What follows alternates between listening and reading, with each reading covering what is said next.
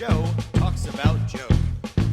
And now, your host, Joe Slepsky. Hey, Joe on Joe listeners, it's me, Joe Slepsky, and I'm back and you're back. This is the quarantine re-releases of our original tracks going back 4 years, and I hope you're enjoying these as much as I'm enjoying reliving them, warts and all. I think you can easily hear where I'm finding myself and finding what the show turned out to be, so I'm really happy to share these with you guys.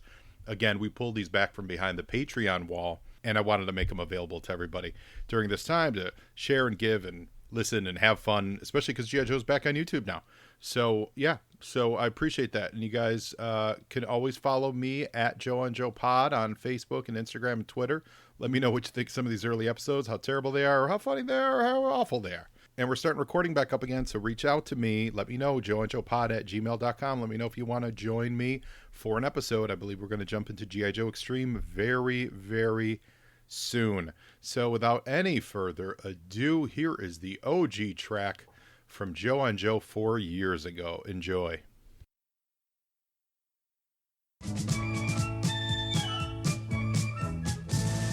You are listening to the Joe on Joe podcast, the only podcast where Joe talks about Joe. And now, your host, Joe Slepsky. And welcome back to Joe on Joe. I'm your host, Joe Slepsky, and today we are going to talk about the 4th episode of the G.I. Joe cartoon called Duel in the Devil's Cauldron. That sounds very ominous, and I think as we get into the show, you'll understand exactly what the Devil's Cauldron is and why there's a duel. So the title is appropriate. And before we go any further, please follow me on Joe Pod at Twitter, on Facebook at Joe on Joe Pod, Instagram Joe on Joe Pod, and our email address is joeonjoepod@gmail.com.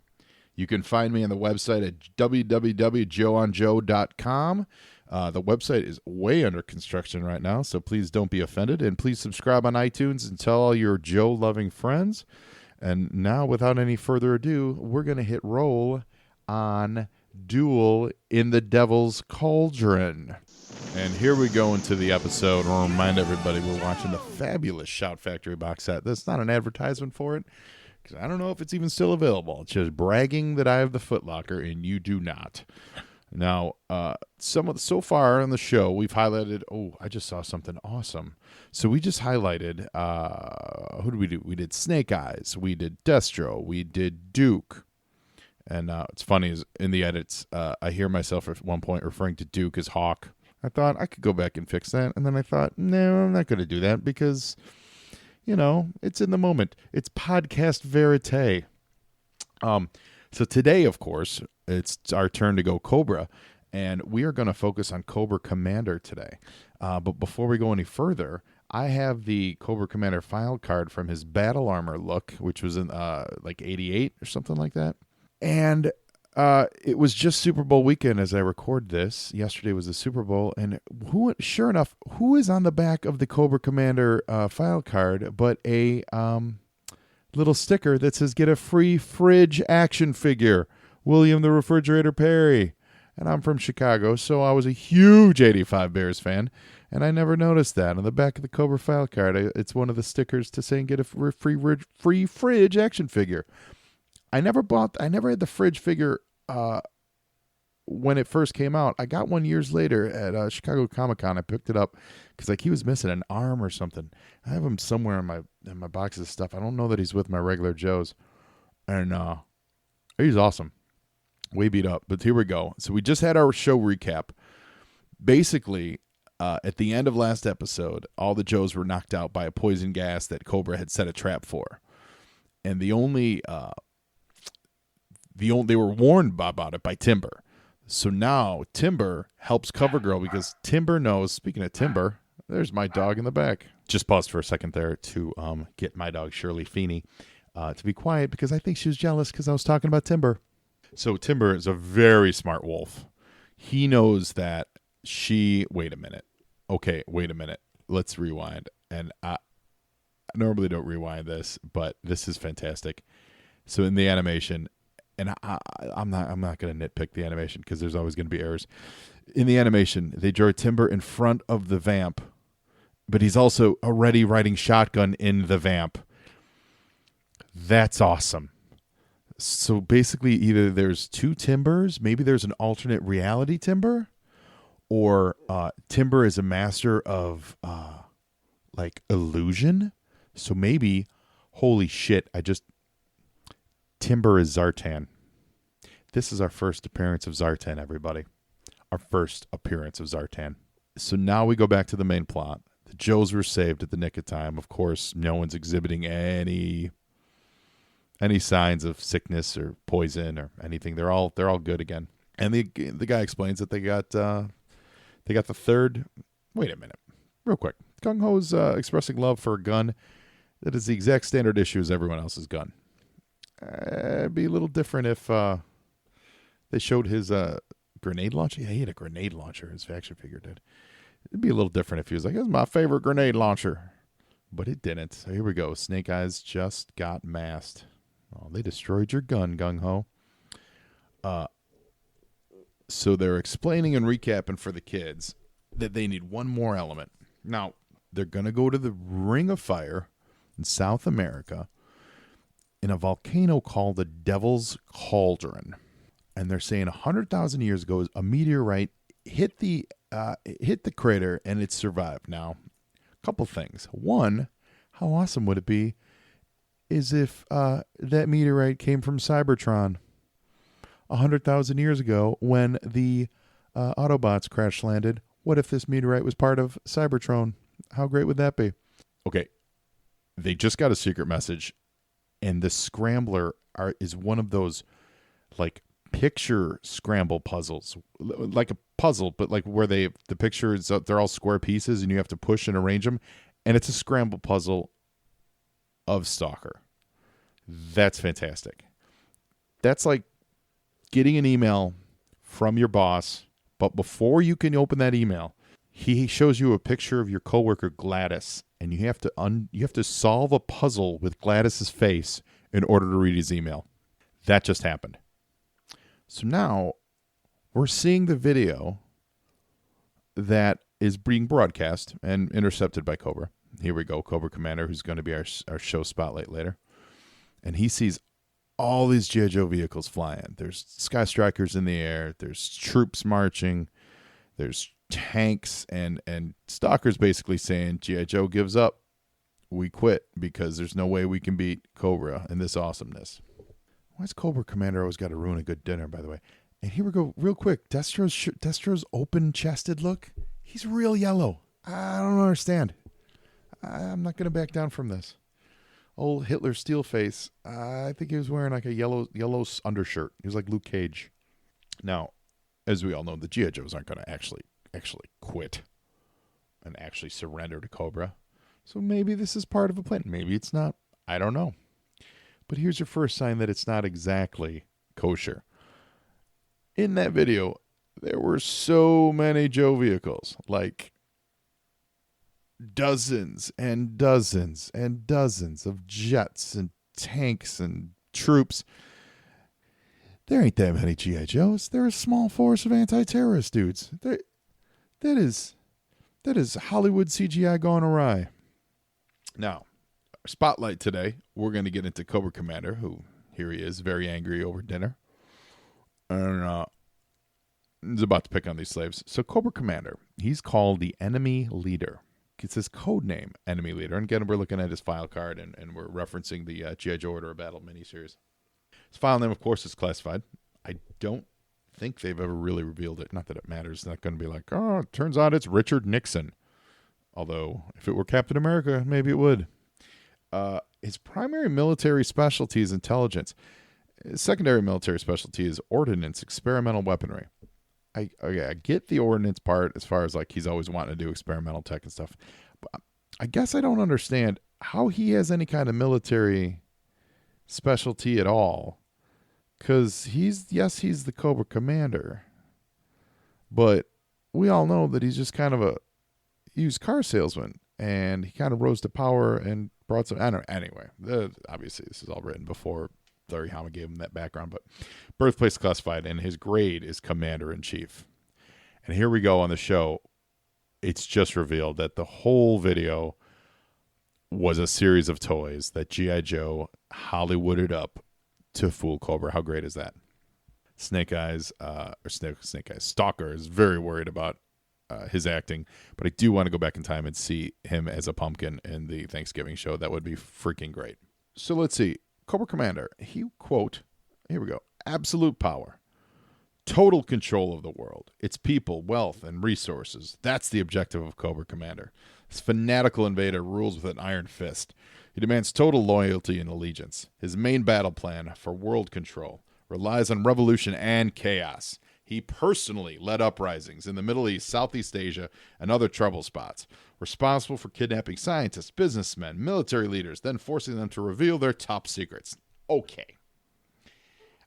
I don't think the Cobra Commander that we get led uprisings in Middle East and Southeast Asia and all that other stuff. I don't feel like that's really the Cobra Commander that we get in either the cartoon or in the comic book.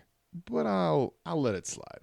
So back to the show. We've got all these dragonflies hanging over this one meteorite, which is in the middle of the volcano, and they all drop a bunch of magnets on it, and they're going to lift this meteorite out of the volcano.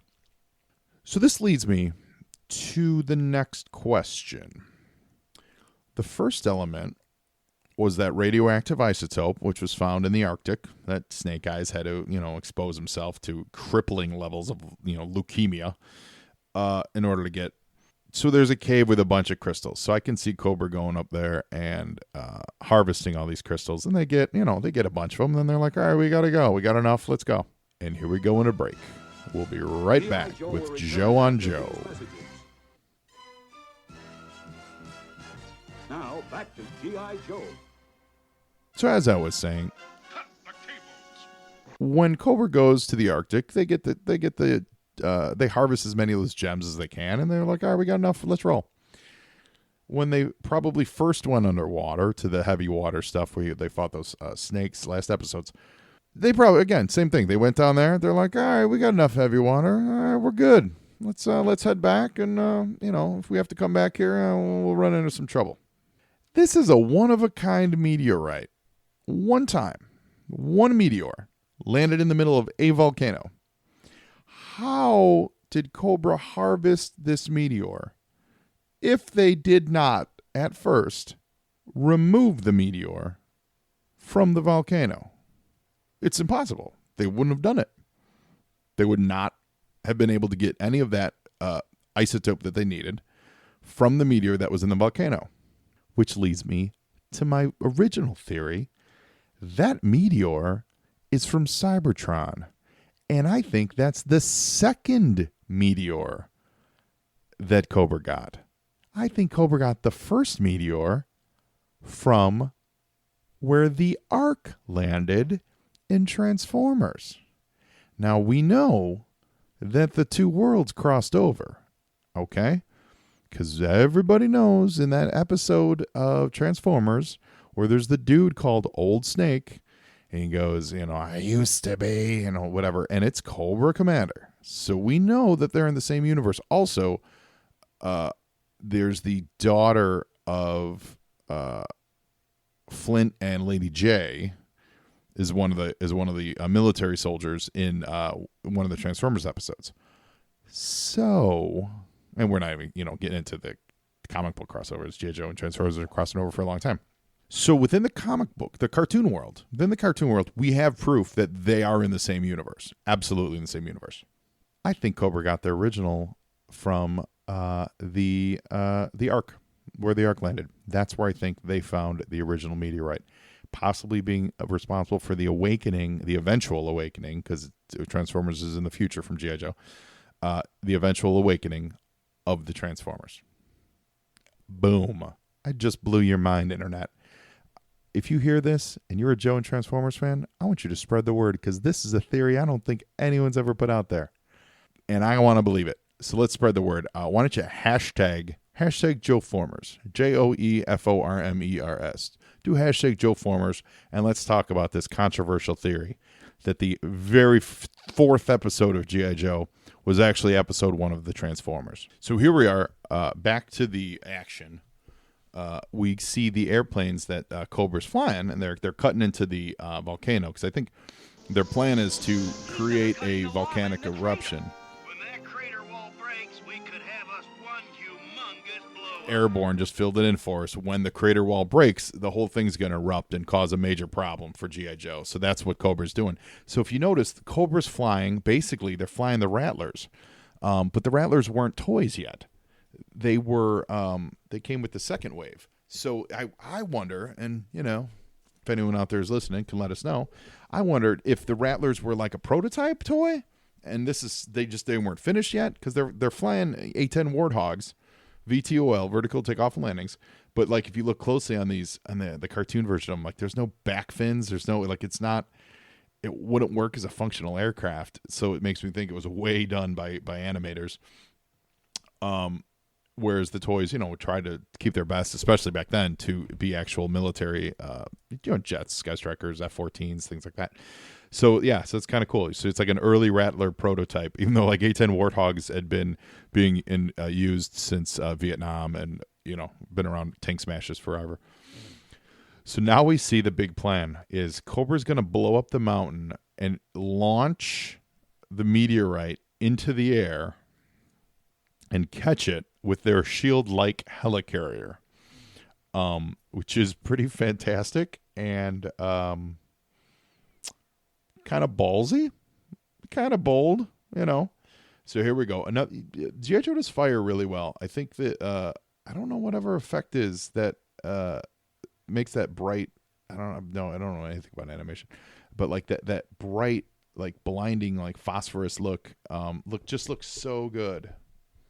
Looks so good on in the cartoon.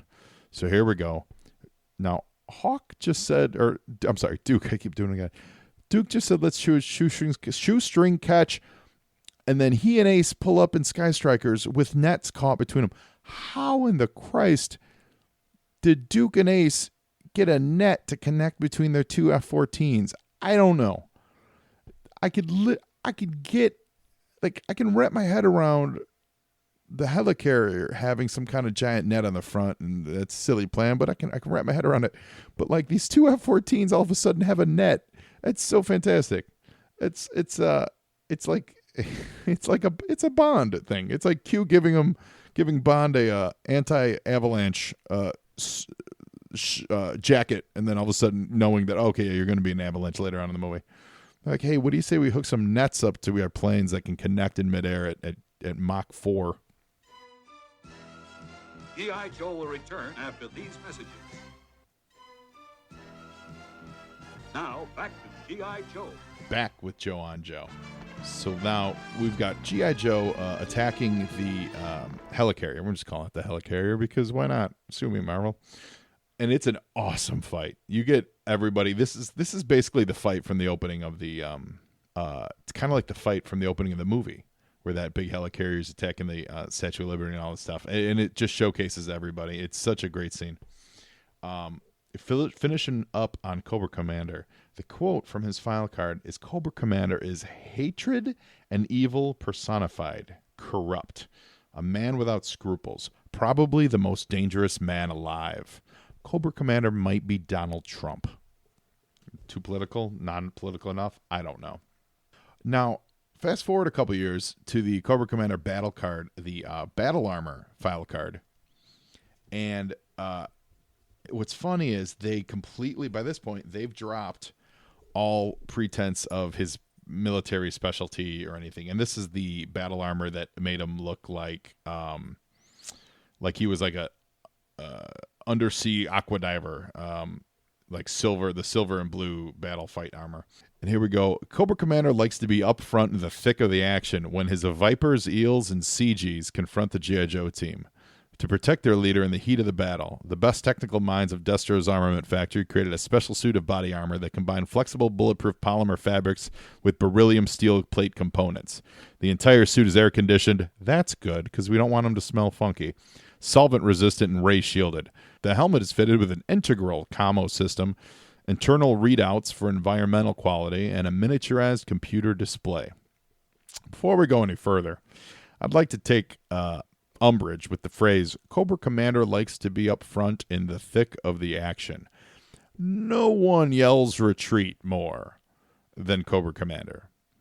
Not even someone who's really fond of going away on a camping excursion for the weekend. No one says the word retreat more than Cobra Commander. And the quote on this one is, quote, "At least we don't have to worry about Cobra outfitting whole units with these suits. Each one costs about as much as a jet fighter.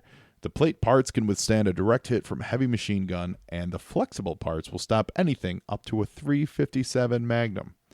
We suspect that the helmet has an anti-tamper device with a direct hookup to a half-pound of plastic explosive." Now, a couple things there. One, I want to know who's saying this. I just always want to know. I want these quotes attributed to somebody. Two, a half-pound of plastic explosive just sitting on his neck, where, according to the front of this, is he's going to be up front and in the thick of the action. And yet, he's comfortable running around with a half-pound of plastic explosive, which might get hit by an errant shot. There's a lot of lasers flying around. He's not worried about getting hit by a laser because it can, quote, withstand a direct hit from a heavy machine gun and up the flexible parts up to a .357 Magnum. So he doesn't care about getting shot at, and yet he's got a half-pound of plastic explosive that's going to take his head off if you try to take a look under the hood. I want to say this was put together before they had the idea of tasers. And nobody saw a Batman movie where when you try to lift it up, you get shocked, and then that's it. I don't think it's a good idea to be putting explosives around your neck. So back to the show. G.I. Joe got the meteorite, but Destro made off with a bunch of meteorite fragments. And more importantly, he made off with Scarlet. Kidnapped Scarlet, who, by the way, can I comment on the fact that Scarlet always looks like the character from Dreadstar? We'll talk about that more when we spotlight her. But Destro's flying away with a not since Avengers: Age of Ultron has there been less of a reason to kidnap the enemy than when Black Widow got kidnapped by Ultron. So she just shot the controls, and Destro just told the viewers that they're going to die because the controls are dead and they're crashing into a mountain. And we go to commercial break. And more than commercial break, we're going to have to wait till next week. What? Get a little preview, and the first thing they show you is Scarlet's alive. I never understand that. So, thank you all for listening. Before we go, is there anything else about Cobra Commander I want to get into? Some of the comics where they dug into like his past, like with his son Billy. And we'll do more on him later. We'll do another Cobra because there's a lot to talk about with Cobra Commander. A lot more than just reading off his file card. I do think one of the more fascinating changes was when IDW basically made Cobra Commander a title and not a person. So they killed him off in some of the early comics, and yeah. So he is a fascinating guy. I think a lot of people underestimate him because he retreats so much and because he's kind of a buffoon and always screaming, but. He let's put it this way. He put this operation together and he holds it down. Like he's got it on lockdown. So that's all for Joe on Joe. And thank you for listening. Tell your friends, spread the word, visit us on social media, and most importantly, now you Joe, and Joeing is half the battle.